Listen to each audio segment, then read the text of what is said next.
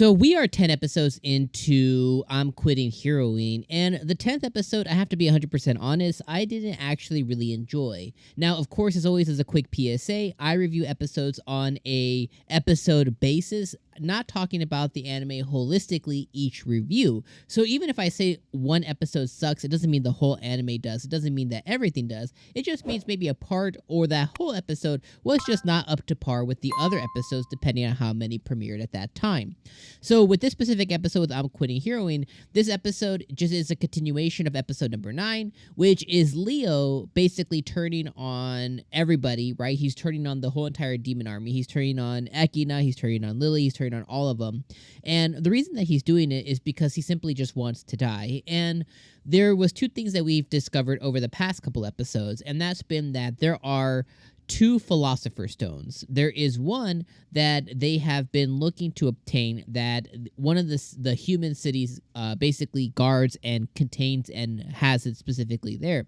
And the other Philosopher's Stone is in the heart of Leo himself. Apparently, the H series or the hero series of people that the humans had created 3,000 years ago to defend against the humans, or that the humans had created to defend against the demons, were using these specific stones. They're not called Philosopher's Stones, but that's probably not what they were called originally.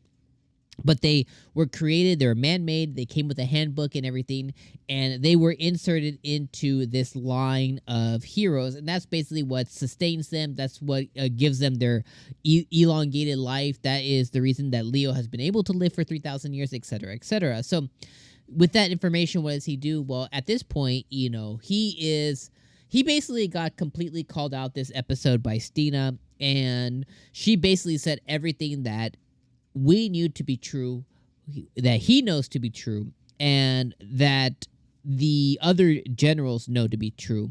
And during his fight with Stina, she calls him out and she says, "This is not who you are. You're a big liar. I can tell when you lie. I have spent enough time with you to know when you're lying. And you don't want to... You're not doing this because you feel like you have to or because you're the villain. You're doing this because you want to die, because you're fearful of what's to come after you're not needed, after the humans don't need a hero, after demons and humans do align, potentially. You know, you're worried about what's going to become of you. You're worried about potentially becoming the actual villain. You're worried about destroying the world. You're worried about if you destroy the world, what's left of it. You're worried about being alone." So she basically calls him out for all these things. Now, he shuts her up, whatever, and then we get the episode ending with Echidna, summoning her or doing her magic spell, which is called Anti-Leo, which is pretty funny. But the fact that this dude's been around for 3,000 years, that they had to make a spell that's anti-him, essentially, which I find really funny and really cool. Now, you might be thinking, like, well, what didn't you like? Well, I just don't like the plot in general so far at this point. I understand the need for it. I understand the storytelling purpose behind it of making Leo out to be the villain. I understand why he's making himself be the villain. I understand the reasons that he wants to die. I understand that he wants to not hurt the people he has to protect, which is the humans, and he also wants to help the demons. So what does he do? Offer of himself as a sacrifice, so that way we don't know what's going to happen if the Philosopher's Stone gets taken from the humans. So we don't know what would that actually mean. So to not worry about a future with that being an issue, he was like, he wants to sacrifice himself. And that is fine and dandy. But at this point, we know that, or I feel like I know at this point, and I could be completely wrong, I don't think he's going to die, okay? And that becomes part of that becomes the first thing that I'm like, okay, if he doesn't die, then it's simply too predictable. Because if he doesn't die, then they're going to try and find another way to obtain the Philosopher's Stone or the other Philosopher's Stone. They're going to find a different way out. What is that way? I don't know, right? We have episode 11. We have episode 12 to kind of figure it out. I have 2 episodes. The next episode is called What Makes a Hero. So we're probably going to get some bullshit flashback. Immediately, that already kind of makes me mad. It's just the fact that he's probably going to get binded. We're probably going to get some bullshit flashback. And then who knows what's going to happen after there, right? So that's kind of like my big problem so far is just, okay, if it goes down this path, it's too predictable.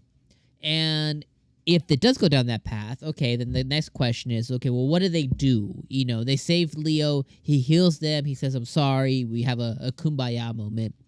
What's the next step? What's the next thing that happens?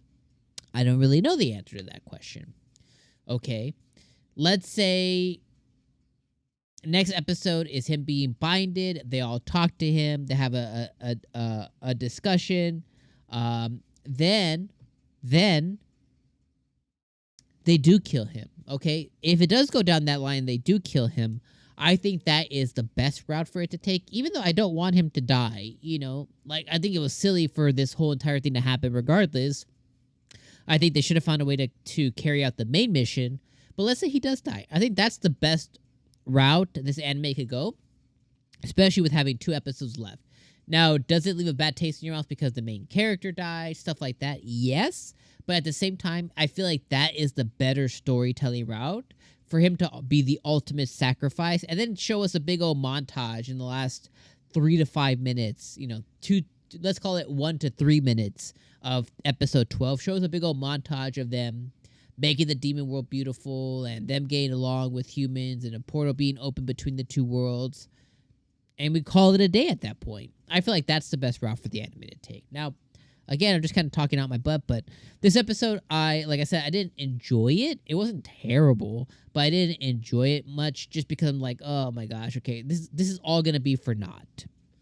Hopefully I'm wrong, but we'll see. All right, I'm going to leave you guys on those thoughts there. Let me know what you guys thought about episode 10. Let me know if you enjoyed it. Let me know if you did enjoy it. Let me know what you think is going to happen next. Is he going to die? Is he going to live? Is he going to be the sacrifice, or is he going to be just a catalyst for them to find the answer? Let me know what you guys think is going to happen. But for me to you, thank you guys for being here for another week of I'm Quitting Heroing, and I'll see you guys next week for episode 11. All right, my friends. Peace.